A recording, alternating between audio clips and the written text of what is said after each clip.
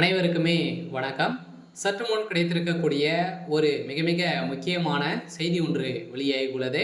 சற்று முன் செந்தில் பாலாஜியை அடித்து இழுத்துச் சென்ற டெல்லி போலீஸ். இது மாதிரி பார்த்தீங்கன்னா செய்திகள் வெளியாயிருக்கு. கரூர் சம்பவத்தின் அடிப்படையில் இப்போ செந்தில் பாலாஜி அவர்கள் பார்த்தீங்கன்னா இதில் முக்கிய பங்கு தமிழக வெற்றி கழகத்தில் பார்த்தீங்கன்னா ஒரு மிகப்பெரிய கலவரங்களை ஏற்படுத்தியிருக்காரு அப்படின்னு இப்போ தகுந்த ஆதாரத்தோடு பார்த்தீங்கன்னா சிபிஐ விசாரணை தெரிய வந்திருக்கு. இந்த விசாரணை அடிப்படையில் இப்போ செந்தில் பாலாஜி அவர்கள் பார்த்தீங்கன்னா இப்போ டெல்லி போலீஸ் அடித்து இழுத்து சென்றதாக இன்று காலை பரபரப்பை ஏற்படுத்தியிருக்கு.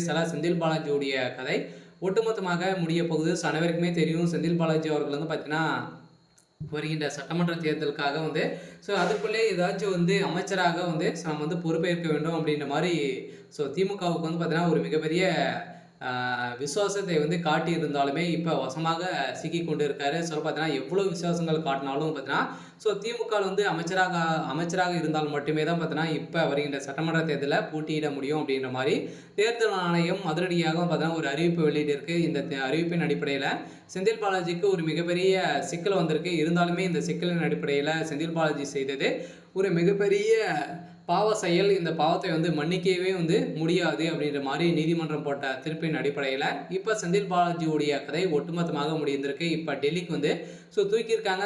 டெல்லியில் விசாரணை நடந்துட்டு இருக்கு. பார்த்தீங்கன்னா ஏற்கனவே ஒரு மிகப்பெரிய பிரச்சனைகள் அவர் இருக்கா இல்லையா. ஃபர்ஸ்ட்ல பார்த்தீங்கன்னா ஒரு மிகப்பெரிய டாஸ்மாக் நிறுவனத்தில் நடந்த சம்பவத்தின் அடிப்படையிலும் இப்போ செந்தில் பாலாஜி அவர்கள் இல்லாத அமைச்சராக இருக்காரு. ஏற்கனவே ஒரு மிகப்பெரிய ஊழல் அதிமுக ஆட்சி காலத்தில் இருக்கும்போதே பார்த்தீங்கன்னா ஒரு மிகப்பெரிய ஊழல் செய்த காரணத்தின் அடிப்படையில் தான் அதிமுக விலகி இப்போ திமுக இணைந்து ஒரு மிகப்பெரிய புள்ளியாக இருக்காரு. இருந்தாலும் செந்தில் பாலாஜி அவர்கள் தெரியும் இவர் யார் அப்படின்றத செந்தில் பாலாஜி கரூர் மக்களுக்கு அனைவருக்குமே தெரியும் இல்லையா.